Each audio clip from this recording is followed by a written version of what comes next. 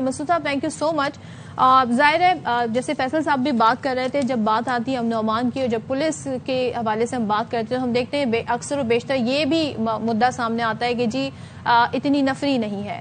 پھر اکثر و بیشتر ہم دیکھتے ہیں کہ پروٹوکالز پہ بھی پولیس لگی ہوتی ہے, پولیس کے بڑے دیگر مسائل بھی ہوتے ہیں. ایسے میں فیڈرل کانسٹیبلری بنا دینا فرنٹیئر کانسٹیبلری کو, یہ ایک ایسا اقدام ہے جس سے بہت ہیلپ بھی ہو سکتی ہے. ذرا سا ہمیں اس کا کانٹیکسٹ بتائیے گا, اس کے آبجیکٹیوز کیا ہیں بیسکلی؟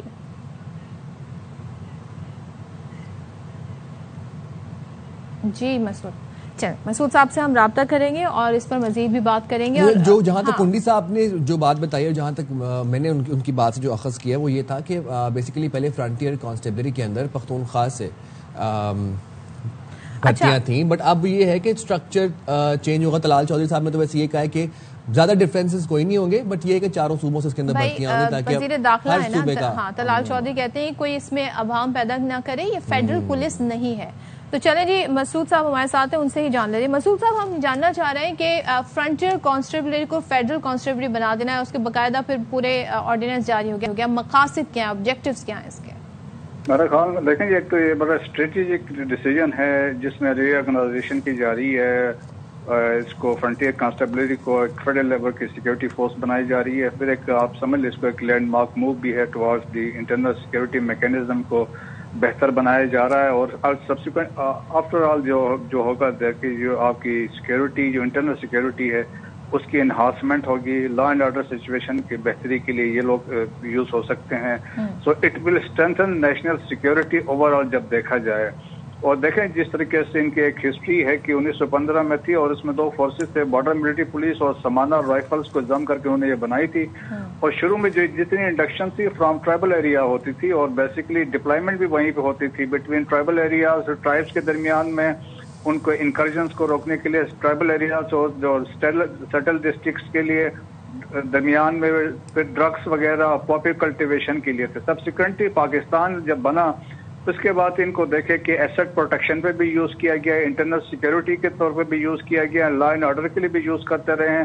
اور پھر ہم نے اس کو یہ بھی دیکھا کہ سیکنڈ لائن آف ڈیفنس کے طور پہ استعمال کرتے رہے ہیں. اور اس کے لوگ بڑے ان کی تعریف کرتے ہیں ایز اے فورس کہ سنس لوکلس بھی تھے اور پھر نالج آف دی ایریا تھے اور فائٹنگ سکلس تھی. سنس اب جو بنی ہے یہ فیڈرل فورس ہوگی, سو اکراس پاکستان ان میں لوگ شامل ہوں گے. اور پھر دیکھیں ان کی کیپیسٹی بلڈنگ بھی کی جائے گی, تیاری بھی کی جائے گی. تو جو لوگ ہمیشہ دیکھتے تھے ٹوارڈ فرنٹیئر کور اور پاکستان آرمی, تو درمیان میں ایک فورس ہوگی, پولیس کے بعد یہ اویلیبل ہوں گے تو react to any unforeseen situation کسی بھی ایریا میں. تو میرا خیال میں اوور آل دیکھا جائے تو بہت اچھا یہ ڈیسیژن ہے حکومت پاکستان کا, پاکستان کی سیکورٹی کے پوائنٹ آف ویو سے. So it will enhance our security جو سچویشن ہے. اور پھر اسپیشلی جب ہم بلوچستان میں دیکھتے ہیں دیٹ از 45% آف پاکستان. سو وہاں پہ بڑا یہ مشکل ہوتا ہے کہ وہاں پہ آپ ہر جگہ پہ پہنچیں, اور تو وہاں پہ اس طرح کے جب ایلیمنٹس فورسز ہوں گے تو وہ ریئیکٹ کر سکتے ہیں. اور ایک اور امپورٹنٹ ہے, سبسیکوینٹلی آپ دیکھیں گے جو بلوچستان میں لیویز کا کنسپٹ ہے وہ بھی میرے خیال میں دس از اے ریکوائرمنٹ کہ اس کو بھی مین اسٹریم پولیس میں شامل کیا جائے, تاکہ جو ہمارے لیے سیکورٹی کے خدشات ہیں اکراس پاکستان, مینلی خیبر پختونخوا اور بلوچستان, انہی اقدامات کے ذریعے ایڈریس ہو سکتے ہیں. اچھا, اور ظاہر ہے اس کے پر سوال کچھ یہ بھی ہیں کیونکہ تھوڑا سا ہم آپ سے چاہ رہے ہیں ذرا کلیئرٹی بھی دے دیں. کل وزیر داخلہ طلال چودھری یہ فرما رہے تھے, ایک تو یہ کہ اسے فیڈرل پولیس نہ سمجھا جائے, پھر کہا کہ باقی صوبوں میں بھی دفاتر قائم ہوں گے اور تمام ملک میں تعینات ہوں گی, اور جو ان کا پلاٹونز کا نظام ہے وہ ویسے ہی رہے گا, تعیناتیاں ویسے ہی رہیں گی, اس میں کوئی فرق نہیں پڑے گا. تو پھر یہ بتائیے گا یہ جو تبدیلی ہوئی ہے یہ باقی صوبوں تک کس طرح پہنچے گی؟ سندھ کی بات کر لیں, پنجاب کی بات کر لیں, باقی صوبوں میں کیسے پھر تعیناتیاں ہوں گی؟ دیکھیں ایک تو یہ فیڈرل فورس ہوگی. اب اس کے ماڈلٹیز جو ڈیٹیل انڈکشن پلانس ہے وہ بنیں گے, وہ منسٹری آف انٹیریئر کے انڈر یہ آرگنائزیشن ہوگی. تو اس میں جس طریقے سے دیکھیں فرنٹیئر کور جب ہم اس کی بات کرتے ہیں, کسی زمانے میں فرنٹیئر کور میں بھی ٹرائبل بیسس پہ انڈکشن تھی, اور بعد میں ہم نے دیکھا کہ اس میں اکراس پاکستان سے لوگ آنے شروع ہو گئے تھے. تو سملرلی دیکھیں since it is a federal force تو انڈکشن تمام اکراس پاکستان گلگت بلتستان AJK سے بھی ہوگی.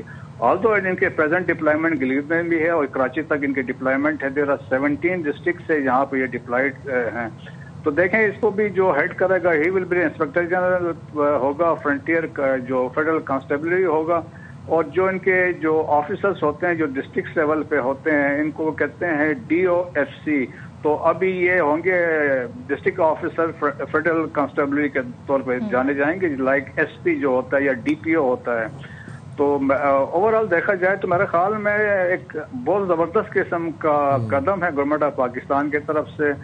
بہت سارے جو ایشوز اور ہیں مسعود صاحب ایک ایسے سینیریو میں ابھی ہم نے ریسنٹلی پاک انڈیا کانفلکٹ بھی دیکھا، الحمدللہ اس میں ہمیں کامیابی ہوئی، لیکن پھر ہم یہ دیکھتے ہیں کہ جو ہمارے دشمن ہیں وہ بارڈر پار جو دشمن ہیں وہ کیا کرتے ہیں، وہ پراکسیز کے ذریعے یہاں پر دہشت گردی کو فروغ دیتے ہیں. پاکستان ایک بڑے طویل عرصے سے دہشت گردی سے نبرد آزما ہے، اور ہماری جب ہم پولیس کی استعداد کی بات کرتے ہیں تو سم ٹائمز ہم دیکھتے ہیں KP کی اگر میں خاص طور پہ بات کروں تو وہاں پہ اس طرح نفری نہیں ہوتی، وہ استعداد نہیں ہوتی ہے. پھر دیکھا جاتا ہے فوج کی طرف کہ بھائی فوج کو انگیج کیا جائے.